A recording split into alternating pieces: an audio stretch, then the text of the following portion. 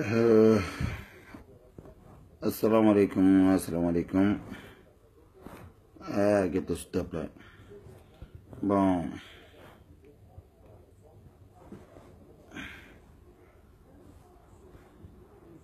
Mbalma ou Ansou.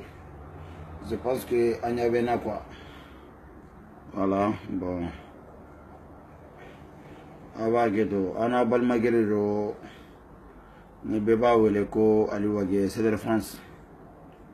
Mafika bi bureau kungurnike. Parce que n'y vidéo chamanke mais je pense que nga vidéo l'avant flamme kera koson tout là mo chamanye wele koson tout là. Bon nga vidéo bega kuma mo savare kan comme awe temu yetu mina. Donc voilà mba bela jilon fo. Donc orero comme kuma te janya mo escro savare be malla. Nous n'aurons pas la kelate. C'est-à-dire que nous n'aurons quelle kelate. Nous n'aurons pas de kelate. Nous n'aurons pas de ne pas trop phobie. Ne pas trop phobie parce que nous avons la gouvernement virus la coro. Mais n'y a pas de gouvernement virus mon caractère donc la virus nous na sont tout là quoi. Voilà donc au lutte moré Abdul Nyangi Vieble ani solo jarawe solo aidra ni mon benama avota quoi donc mekuma Abdou Nyangi na vidéo solo ko ba partager ko pour que Abdou Nyangi ba solo ni yoro kadaw réseaux sociaux fa ben kadaw ya ga blaka Abdou Nyangi ni ga vidéo la mine o refo ma be go ambiga vidéo la je ma te ka ko ambiga vidéo la e ko ga kamdo ko so ote parce que bo arama de ni we defo mo ma on va sur déjà il y a tigi lamé il y a donc a tigi tagara yoro mina a tigi erreur jumenege a tigi jobe jumena a tigi jode jumena donc o kosore ne biga video lamé ni ga video mun na mesomare nyaale ala je somare na donc yo kuma mun fo Abdou Nyangi c'est-à-dire que ibe balawu to ko me quoi mais ita sa kuma ita do mun be ba kono quoi et puis fana ita do avec sa wati mina il y a saval de ñokote il y a provocation dabla il y a provocation dabla il y a vidéo tamina munu kera il y a campagne ke il y a war dirima il y a war mine moi je pense que ni constitution ko ina fera ka voko ka aboloda yoro do la folo ko ka sigi ka foke akola e Abdou Nyangi manga boka vokibe la gosilike ka essayer ka mo la provoquer. Sinon on kambe tiare fo bi ni mo nga dado malgo kumala ay Abdou Nyangi mangi dado malgo kumala parce que ni yaye ni eviki dado malgo kumala mo ye ka ni mangambe ci démocratie ke chogore ake ani ko were sinon bebaro ka fugo Nyangi de malika originier bebodo mais amba fiena ka vokio vraiment ika to quoi sinon ne ma to na to record ngoro iba ikele mache iba kala ka foko ika video be ka teme c'est-à-dire que ni ya ni iba ka popularité be ka bi mo frate mo sabade ni enyange mage mo flo wallahi be ke flana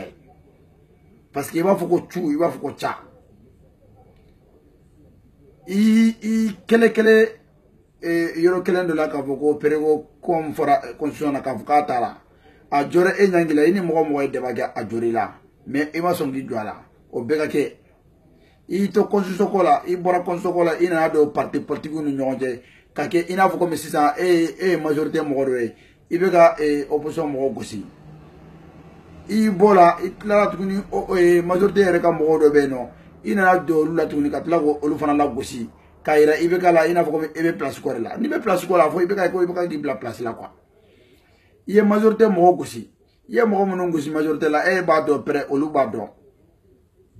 faut être comment on appelle et une foche mais mo sma bo ki jabi i bor la sa i na ni ka kola si arasbati dema parce que ibiki la mununure mais ite ka foko jeune révolutionnaire ne wore fiana ne wonki mango c'est-à-dire anga terrain na wulla Nima don kona damine la quoi. C'est-à-dire qu'il veut quoi na quoi. Il veut quoi na. Ni to rombo fiye. Mais il veut que la popularité be jigi mo worete. E nangide ni konsoko yi e prede ni ko dantiga malien yi. Ka ko expliquer malien yi. Yana rasbaji kunga do a détail là. Est-ce qu'il y a femme? Mais c'est-à-dire que il y a là ni kuma beko. No refina anta foko ambi nane pasga awla mona dum ngono ambaro nani te. Anti la anti neni anti doya. Namba fina ka fuki ka fra balawuli makwa. Fra balawuma. Ni balawula e nyangi mumvlene e te foibo. C'est-à-dire à quoi rebe e boloda quoi. À quoi be e boloda. Donc c'est-à-dire que itina foi de fo mo mumbe do mo wala.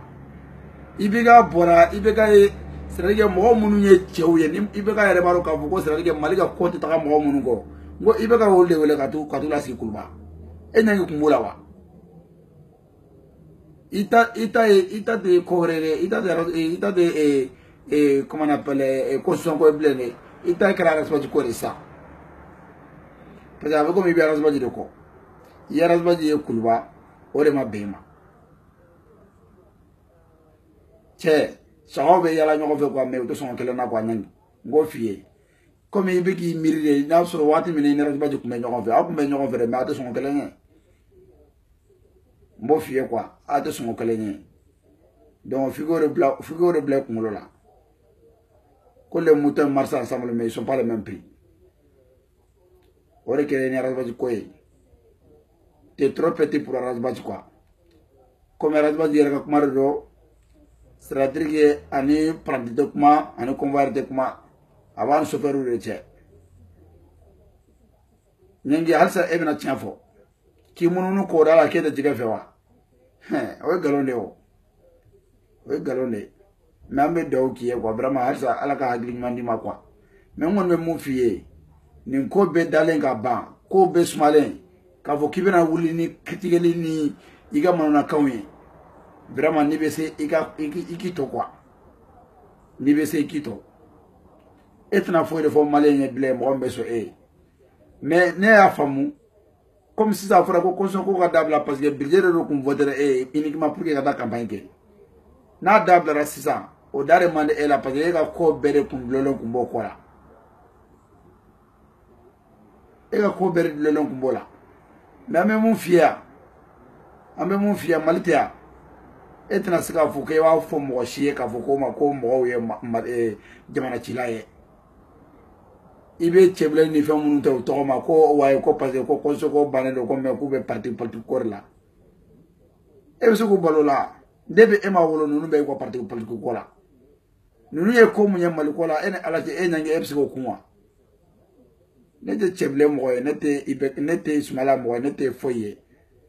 mais nous y ñoko sur jogul mu ni yaye ni ibeka boraka raison di nunu ma ka boko akobe bloda flo c'est ka yado ka foko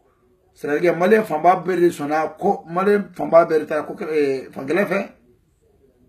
do ebna fo sa ka fo fa 20 fangele be halna so ni ibeka mu yere ko aya sur soi ou be ka foko dina nyam ko mu ko bira do ko tra ebna fo sa ka bere jama chilewa nangi ga sabali de ñokonte namboro la viable ni fana ka message do la mais ni ga vidéo do la je no refa be nyano no ko aw ma sra drike anga portu a dale de be benye quoi portu dale de be benye anta fo machima ka boko domina ki ye tien soro ki ye tien ka buki be singa na ka fo amba fe maka fuki tana non akana mala no e quoi aw bebe ka dende kana de pour no fouta là il faut pas essayer de se tourner autour quoi. Voilà, soyez franc. Il n'en a eu de faux. Il faut que parce que Motika est invité 4 euros là et rêve qui a mon bla 4 euros là. C'est un imbé mon akande ibolo. Parce que quand il y a un bolo d'arrêt, ni fait mon bolo d'arrêt, c'est-à-dire qu'il va essayer qu'à voir à crédito. Crédito dans la crédito faut être là. Ni veut donner. Kunu au kata la parce que si ça abuka ko tia fama do ka fo gouvernement be ka segi abuka ko ka fo ka be sago ka be segi abango lu ka singara ni ni gouvernement ka majorité mo te ka ibe ka deme ko la eni nyangi be o be baro ka fuko char la ka fuko ibe ka be komu no fe ka fuko ibe ka ko munga ke vraiment tian fo ibe ka bolo e agila ko assemblée la wa voter tukoni go warde diruma ils sont pas voté la loi pour la conviction hein, mais ils ont voté pour leur propre intérêt ni eto do ne bo finyana comme bibe ka majorité ka mo beta ou toma ni ma foko tapo mainde iba foko je sais pas ndaro mena mufo ko ibe ka mako kunto nushila ibe ka sigara to ya kuma ore ka afura ka foko ibe ka barakela rota bi matla ko kuma de fois ko ibe ka barakela rota ko akana majorité la ya kana opposition na me c'est-à-dire aka mo la dro mɔgɔ bɛ jamana jɔ ko kɛ a fɔ dɔrɔn ko i bɛ ka ma dɔrɔn k'a ka responsabilité ta ka bila kɛrɛfɛ tout simplement c'est tout est-ce qu'il y a faamu i ni vieux blé de b'o côté kelen fɛ a b'a fɔ ko cu a b'a fɔ ko ca e vieux blé kelen mun bɛ yen nɔ n'i bɛ k'a fɔ mɔgɔ ma k'a fɔ ko ma ko Mali de bɛ nin bɛɛ sanfɛ ni e b'a dɔn k'a fɔ ko Mali de bɛ nin sanfɛ est-ce que e ni Ala cɛ manifestation mun kɛra Mali la comme yi mɔgɔ bɛ mɔgɔ de sara u bɛ wari de di mɔgɔ ma pour que mɔgɔ ka taga meeting kɛ mais aw ni Ala cɛ hadamadenw bɛ ka bɔ Ala mana diɲɛ don o don k'a fɔra ko meeting bɛ kɛ plateforme tɔgɔ la mɔgɔ hakɛ min bɛ ka bɔ aw bɛ k'a fɔ k'a fɔ o de ma k'a fɔ ko bɛɛ de marché fɛn jamana cɛla wa cɛ a ye sabali c'est-à-dire n'i b'i ka surafɛn minɛ quoi i b'a minɛ i bɛ dogo i bɛ taga i da n'i ta ye kuma dɔ bɛ kuma dɔ la a kana b'a aw da quoi n'a t'aw dɔn an b'o f'a ɲɛna aw hakili la k'a fɔ ko mɔgɔw bɛ k'a lajɛ mɔgɔw bɛ aw yɛrɛ k'a ka commentaire lajɛ hali n'a ye vidéo kɛ nɛni mun bɛ da quoi ko mun bɛ da quoi aw yɛrɛ ka commentaire la aw yɛrɛ bɛ bɔ dɔn aw kana n'a fɔ k'a fɔ k'aw bɛ mɔgɔ la tromper k'a fɔ ko aw bɛ ko mɔgɔ sigilen bɛ n'aw ka vidéo ye jɔn sigilen bɛ n'aw ka vidéo ye kuma o kuma aw mana bɔ ka vidéo kɛ na aw yɛrɛ ma bɔ ka i bɛ ka parti dɔ la majorité mɔgɔ dɔ la gosi aw bɛ bɔ aw b'a essayer k'a fɔ k'aw b'aw yɛrɛ raisonner parce que ko yɛrɛ y'aw bolo da an bɔra constitution ko de la n'a y'a sɔrɔ ni constitution ko kelen tɛ o an bɛ bɔ nin constitution ko in na kɛlɛ wɛrɛ de bɛ Mali ko la minnu ni si tɛ kɛlɛ an bɛ tila k'olu bɛɛ de kɛlɛ kɛ n'a accord ko kuma fɔra aw ko constitution ko kuma fɔra ko ka kɛ jagoya la est ce que accord ko kuma ma fɔ constitution ɲɛ yan ko minnu fɔra accord ko la mun na aw tɛ k'a d'aw mɔgɔw la aw b'a d'aw mɔgɔw la fɔlɔ kɛ yanni constitution faleli ka kɛ fɔlɔ n'a fɔra k'a fɔ ko accord de ka appliquer est ce que accord appliquera wa e vieux blé mun b'a nafigiya la ko ni mɔgɔ e taara mɔgɔw ka fɛn na ko ni mɔgɔ ye fɛn ta ka d'i ma ko de y'a ta ka d'i ma ko e ka halala de n'i taara ka taa mɔgɔw ma jamu wajibi don a bɛ sɔn de parce que i t'ale ka jogo jugu fɔ i b'ale ka jogo ɲuman de fɔ o yɛrɛ tɛ journaliste yɛrɛ ka baara kɛcogo yɛrɛ ye an ka tiɲɛ fɔ ɲɔgɔn ye quoi n'o bɔra yen nɔ n bɛna Sentane Solomana ma n'o ye Firawuna taama ɲɔgɔn sɔrɔ ye a n'ale vie kelen don min na Rasumati ni Hayidara ye ɲɔgɔn ye a tilara ka taa émission kɛ radio la c'est-à-dire ne ko ni baara t'aw bolo quoi a y'a kɛ Ala ni kira kama quoi vraiment a ka fara maliyɛnw na quoi an b'a fɛ ka taga ɲɛ de an t'a fɛ ka segin kɔ quoi franchement an b'a fɛ ka taga ɲɛ fɛ de an t'a fɛ ka segin kɔ an n'a ka manamanakan fɔ ninnu a ka ta ka bɔ mɔgɔw kunna quoi maa si tɛ se ka na k'a fɔ k'i bɛna bɔ k'a fɔ k'i b'a fɔ a ɲɛna k'a fɔ k'a ma k'an tɛ diinɛ dɔn e da yɛrɛ sɔrɔ yɛrɛ mɔgɔ de bɛ e considérer silamɛ yɛrɛ sinon ne yɛrɛ wage yɛrɛ walahi bila ne kelen tɛ e considérer silamɛ ye k'a da kan ni ne e kunulama la ye ka e bilama la ye bi hali sikidara mun bɛ ka kun k'a fɔ i b'a fɔ ko fɛn hali ni mɔgɔ min tɛ silamɛ ye e bɛ ka modèle mun k'i kunkolo la hali ni mɔgɔ min tɛ silamɛ ye Mali la k'a fɔ k'i bɛ kule kɛ ni Ala tɔgɔ ye k'a fɔ k'i bɛ nin ko sugu ninnu k'i kunkolo la walahi i tɛ sɔn mais ne tɛ jigi la o depuis don min na ne y'i ka ko jumɛn yɛrɛ dɛ n t'a dɔn n bɛna fɔ cogo min na o e ni muso de bɛ fɛngɛ kɛnɛ sigi muso dama wali muso e hakili la ko sara wɛrɛ de b'e bolo lahara don wa ni jahanaba tɛ mais nin vidéo kungurunin kɛ aw mɔgɔ saba de kama vraiment balaw fɛn fɛn bɛ ka kɛ Mali la bi mɔgɔ foyi tɛ a kana taga yɛrɛ ɲini yɔrɔ jan dɛ Ɲangi Abdou Ɲangi comme marakaw b'a fɔ ko Ɲangi bamananw b'a fɔ ko Nonsi français b'a fɔ ko caméléon n'o bɔra n'a vieux blé ou vieux nere mumare ou a jeune lamare ou je ne sais pas moi ka bɔ yen nɔ ka na Sintana Solomana ma Solomana Jara ni a b'a fɔ ko Jara ou Aïdara je ne sais pas moi voilà c'est-à-dire que a ye fara mɔgɔw la mɔgɔw b'u ka jamana jɔ la mɔgɔw b'u ka diinɛ la mɔgɔw b'u ka mɔgɔ bonya la a ka fara ka mɔgɔw ni mɔgɔ dɔ ɲɔgɔn na quoi balaw fɛn fɛn b'a wuli Mali kɔnɔ n'an bɛ yɔrɔ min na bi mɔgɔ fila mɔgɔ saba tɛ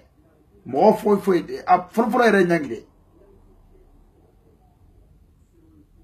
ne m'a dɔn depuis Ɲangi yɛrɛ taara ka bɔ a bɔra Tunisie de wa Maroko de wa n t'a dɔn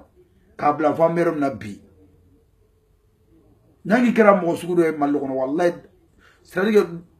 dɔgɔni dusɛjɛ ka kɛ mɔgɔ sugu dɔ ye Mali la quoi bɛɛ yɛrɛ filila ma hali a yɛrɛ ka du kɔnɔ mɔgɔ yɛrɛ kɛlen bɛ ka fili Ɲangi ma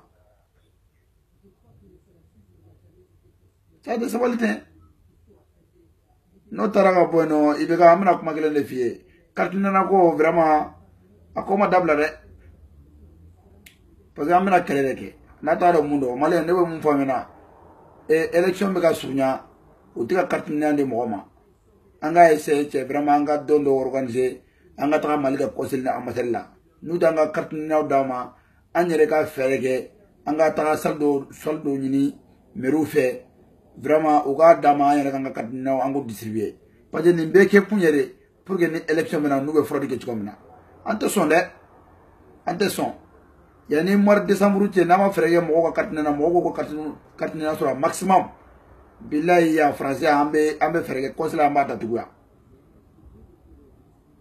an b'a datugu yan ala mana diɲɛ don o don mɔgɔw bɛ taga a bɛ mɔgɔ la sɔrɔ ko carte nana tɛ yen nɔ alors que carte nana mun kuma fɔra n'an donna internet kɔnɔ a b'a fɔ ko mun bɛ disponible la mɔgɔ t'a da dɔn yɛrɛ n'an b'a fɔ ko 14 000 carte nana a b'a fɔ ko 17 000 carte nana mais ala ma diɲɛ don o don mɔgɔw bɛ taga a bɛ mɔgɔ la segin a kɛra français ye a kɛra diɲɛ yɔrɔ o yɔrɔ aw bɛ carte nana bɛ bloqué o de kama sisan parce que aw b'a dɔn k'a fɔ ko élection bɛ ka surunya